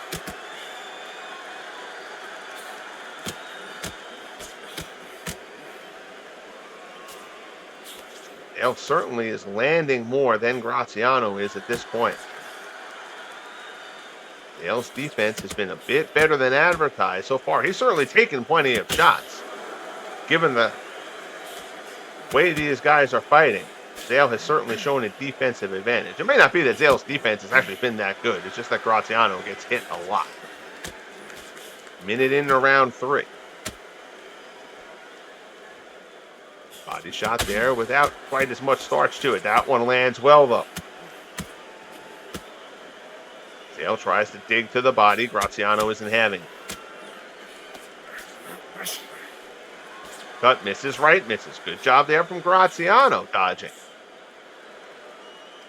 Slips a few punches.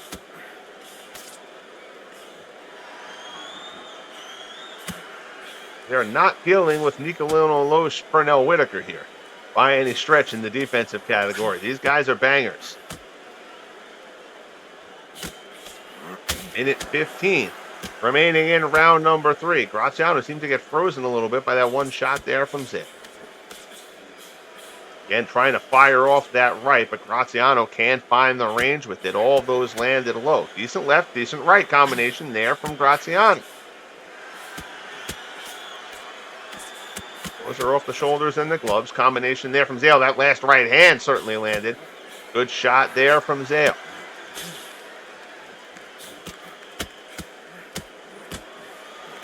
Middle shot of that quartet. Graziano rocks Zale. Zale backs up.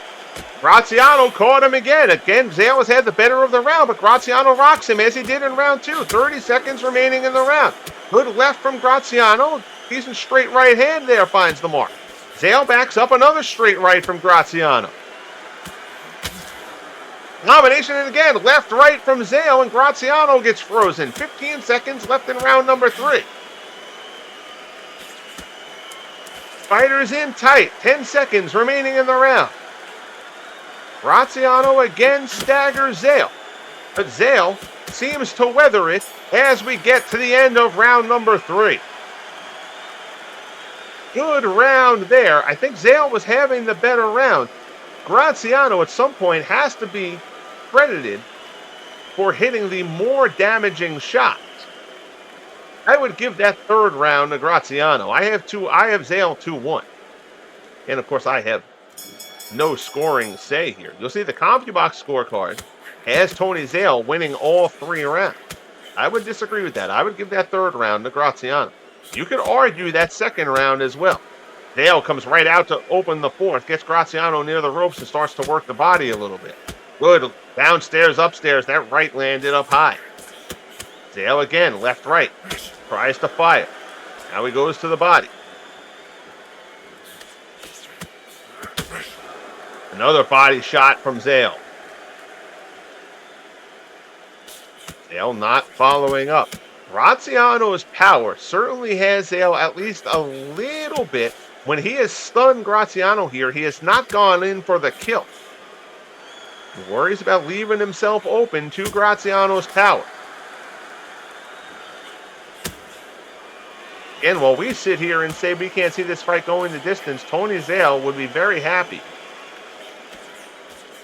to go the long way, take a little bit less damage, and get out of here with a decision. I still consider that very, very unlikely.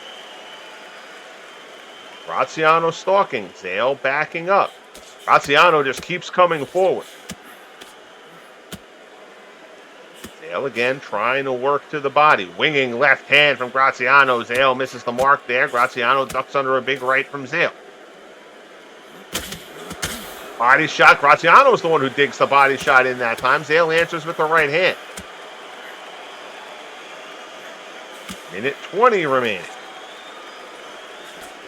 Here in round number 4.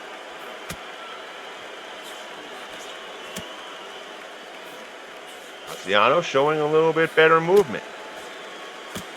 In the end, he's still just going to start winging punches, trying to land a home run shot. Zale covers there, eats a straight left. Now good left hook there from Graziano finds the mark. Zale again tries to work the body. 50 seconds left here in round number 4.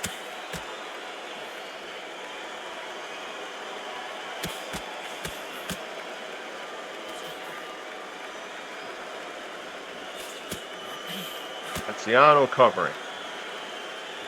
Final 30 seconds of this 4th round.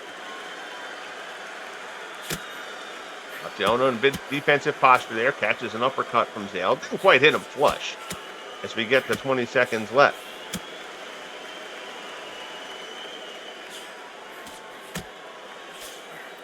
Zale is certainly landing at a higher clip. He's making Graziano miss a good amount as well.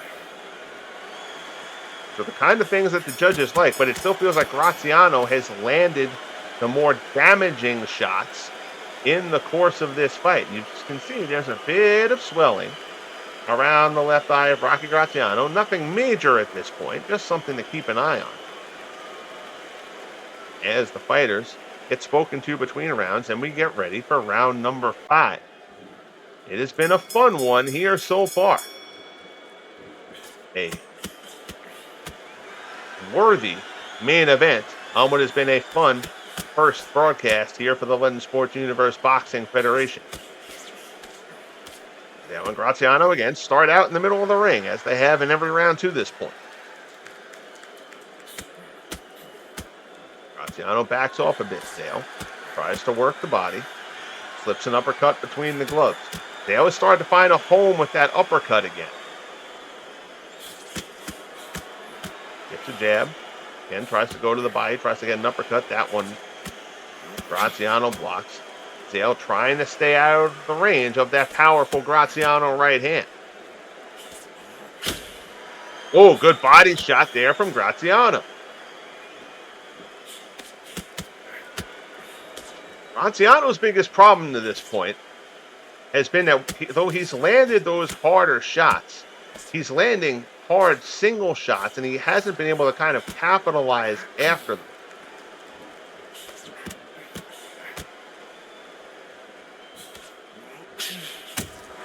A good right hand from Zale. That's his best punch of the round. Zale's best punch of the last couple of rounds, actually. That one snapped Graziano's head back, catches him with another right hand. Graziano fired. That almost looked like an elbow there from Graziano, somewhat inadvertently. Zale ducks down low. Graziano just waits for him before firing. Bit of discipline from Graziano. Oh, he ate that one right to the chest. That was a good stiff shot from Zale. Zale gets the right hand between the gloves of Graziano. Pops him there as well.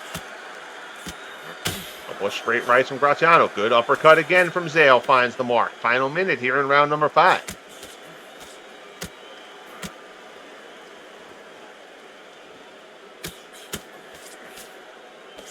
Graziano fires. Zale protects. Goes to the body. Graziano covers. Winging left, second one glanced. First one missed completely. That's a big uppercut from Zale, misses the mark. Graziano able to get out of the way. Trying to dig to the body there. That's kind of hitting off the elbows of Graziano. Zale, again, known for just that dogged body punching. Hoping he can take some of the starch out of Graziano to this point. No knockdowns, which again, to this point is surprising.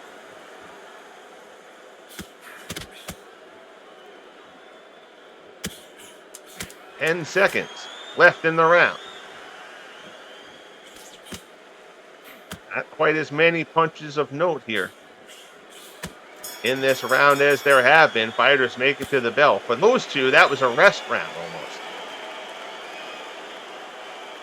Zale's corner wants him to get back to the work.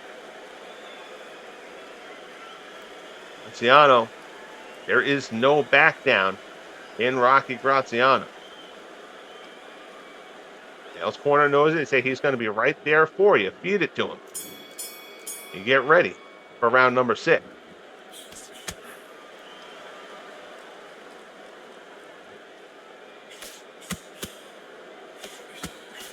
Punches just hitting off of each other's gloves at that point.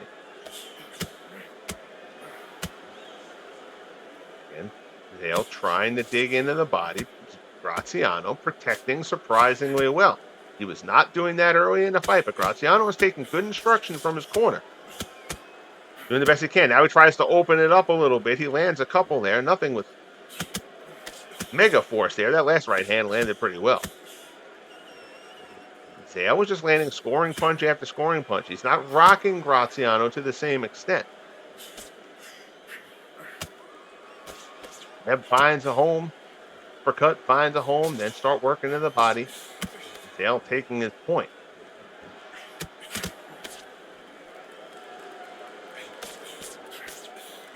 They're still throwing heavy leather, though, make no mistake. Short little uppercut from Graziano, hits. Zale guards, misses with that uppercut. Good right hand there, catches Graziano on his way backing up. Steps in, good combination there again from Zale. Zale starting to find range a little bit more. Good 3-punch, 4-punch combination there from Zale. Zale starting to strafe Graziano a bit here. Midway through round 6. Right hand, good left follows it up. Again, not staggering punches, just good, solid scoring punches from Tony Zale. Doubled up with the right there. Second one fell a little bit shy of the mark. It goes to the left. Graziano covering. Graziano at the moment seems a little bit unsure how to proceed. Fighters against the ropes. They're side by side against the ropes. Neither fighter able to get the other one in position. Now Zale kind of has Graziano back against the ropes a little bit. Graziano able to slide off quickly. Not get himself trapped there. Where Zale can really do some of that body work. 40 seconds left in round number 6. Body shot from Zale. Finds the home. Fighters back out at ring center.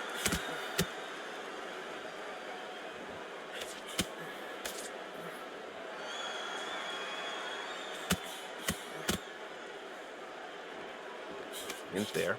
Nothing lands particularly flush. 15 seconds left here in round 6.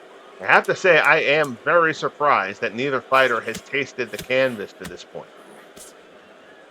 It looked as though, at times early, rounds 2 and 3 in particular, that both guys stood a shot of going down, but neither one did. Just a testament to the toughness of both of these terrific fighters.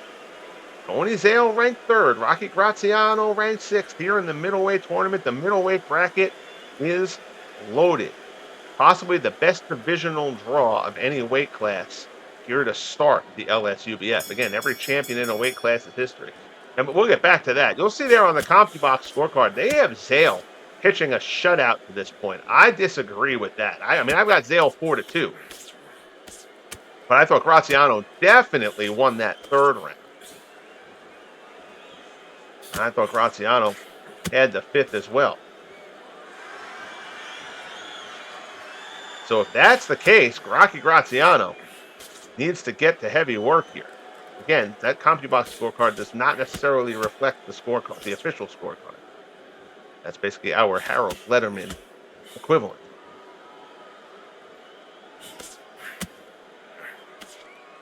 Graziano covers up again, trying to protect against the body work from Zale as best as he possibly can. Oh, and a big uppercut from Zale finds the mark, and down goes Rocky Graziano.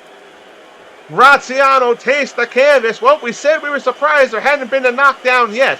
That just changed. Graziano goes down. He is back to his feet here in round 7. Minute 50 left in the round. Does Tony Zale go to try to finish him off? Graziano comes firing as soon as things start again. The crowd has come alive. They've been alive, but now they come particularly alive with a buzz. Another good, strong right hand from Tony Zale.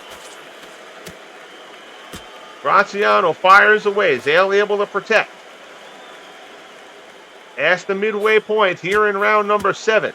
Zale again goes to the body, slips that uppercut between the gloves. That was the combination working for him earlier in the fight. Graziano has protected well against it since then, at least in spurts. Minute 10 remaining in the 7th.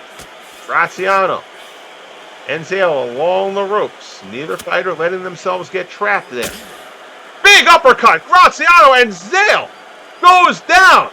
Zale looked like he tried to grab Graziano on his way down, and he can't. And Tony Zale is on the canvas. Tony Zale to a knee.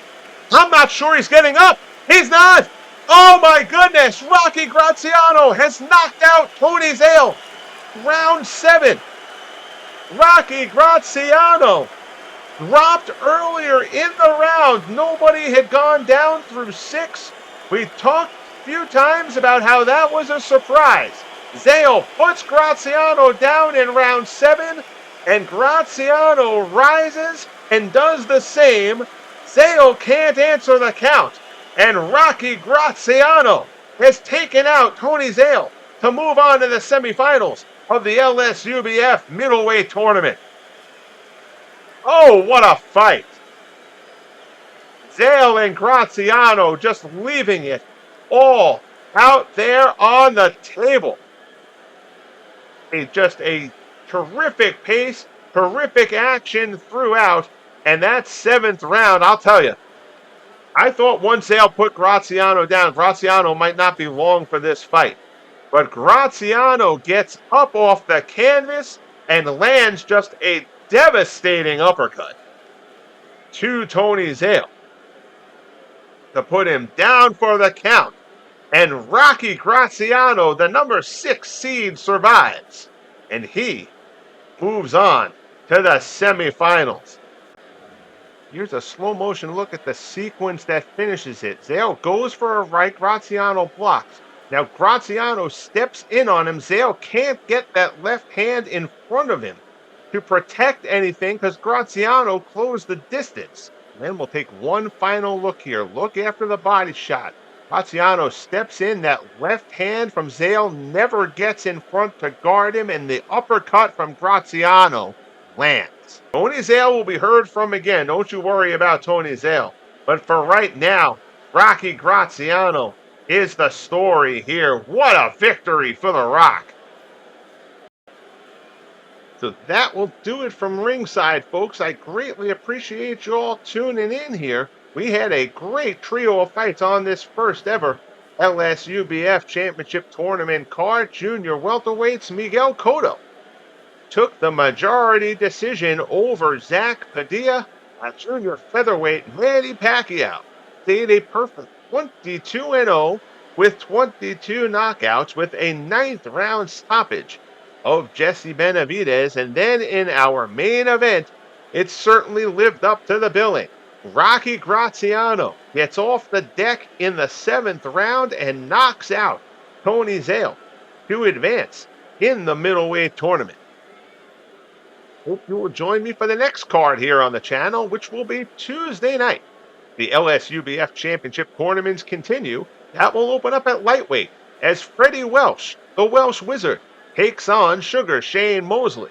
Then in a featherweight bout, the number 1 seed, Salvador Sanchez, takes on the tough Japanese grinder Kuniaki Shibata.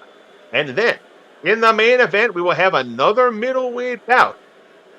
The winner of tonight's bout, Rocky Graziano, will face the winner of this one, as Marvelous Marvin Hagler, 14-0 with 14 knockouts, takes on Billy Papke. Hope you will join us then. Also, if you're into any of the other sports, hopefully you'll tune in here tomorrow night as Legends Bowl 1 goes down. The Houston/Tennessee/ wherever you want to put them. The Oilers take on the 49ers for Legends Bowl 1. Greatly appreciate you all tuning in. As always, bang that like button if you haven't. Subscribe if you haven't as of yet. And most importantly, everybody, be good to each other. And we'll talk soon.